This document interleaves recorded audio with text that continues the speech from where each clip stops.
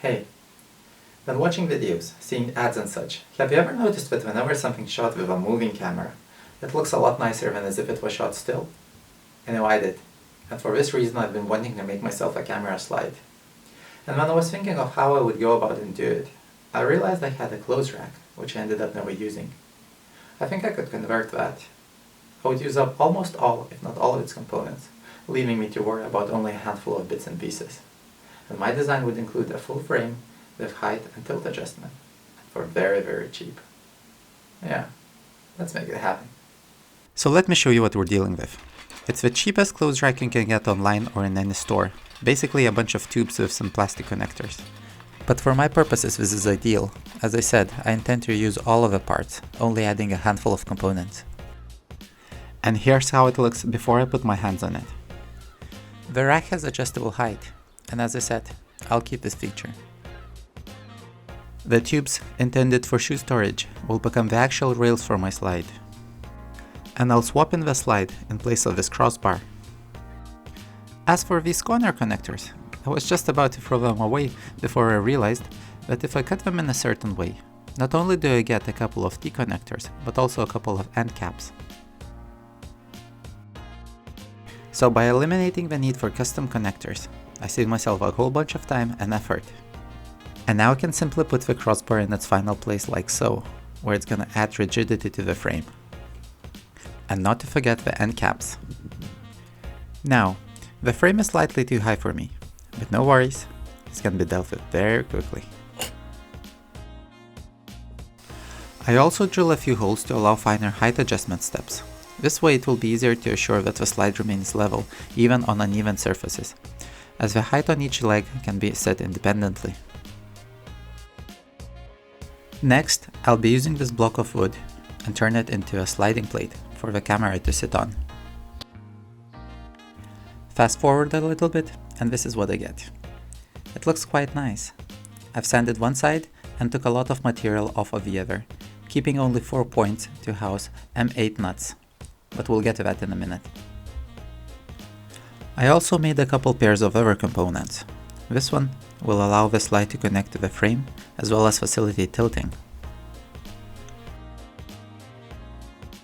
While the other pair will become a part of the slide itself, by terminating the rails at each end.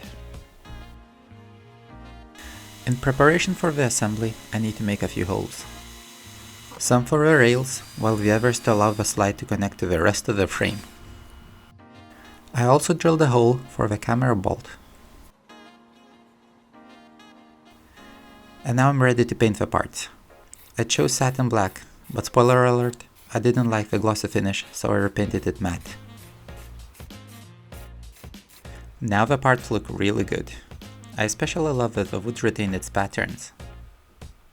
Okay, now for the nuts I mentioned earlier. I've embedded them into the wood for added strength, but the reason they're there is to hold the slider mechanism.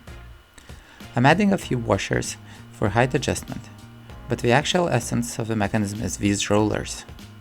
And I'm quite lucky, because I found these rollers only to come in one size, and that size exactly matches the curvature of the rails I'm using. Again, to control for the height, I'm adding some extra washers and some black painted nuts. And for support, I'm adding a couple of little aluminum plates I cut out earlier, again painted in black, which I all then secure with some bolts. Next, I harvest some silicone from, you guessed it, an old cell phone case. And with a hole in the right place, I can put a camera bolt through and glue the thing onto the sliding plate. Here, the silicone will prevent both the camera and the plate from scratching. Onto the rails. I'm aligning the holes so that I could run a couple of wood screws through them. And the screws I'm using are long enough to go through both walls of the rails, to disallow any kind of movement. Now, before closing the other end, I'm remembering to put a slider in. And once that's done, I'm only left with tightening the camera bolt. For this, I carved a little knob, and as before, I embedded a little nut in it. Just beautiful. Okay, so let's connect the slide to the frame, and as you can see, I'm using the connectors I made for this task. A little screw to hold it in place, and a larger bolt for the slide. It's a 100mm coach bolt with an appropriate hand wheel for manual tightening, and the square neck locks it in the wood. So, with a slide in place, all bolts tightened, the project's complete.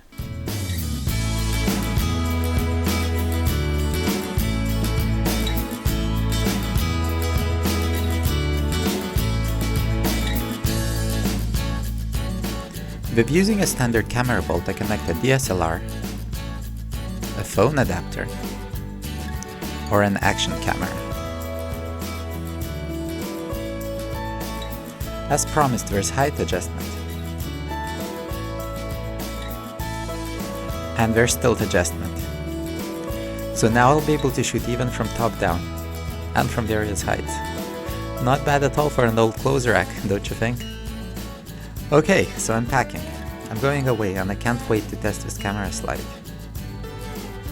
Oh, and by the way, I made this super handy bag from leftover materials of one of my upcoming projects. So make sure you click that subscribe button not to miss it. It's gonna be pretty cool, I can promise you that. Alright, so I made it. After a quick setup with a camera in place, let's see.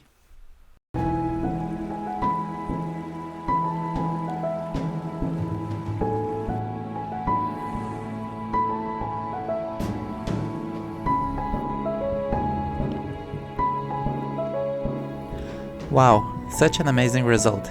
It was inexpensive to make, but it looks and works professional.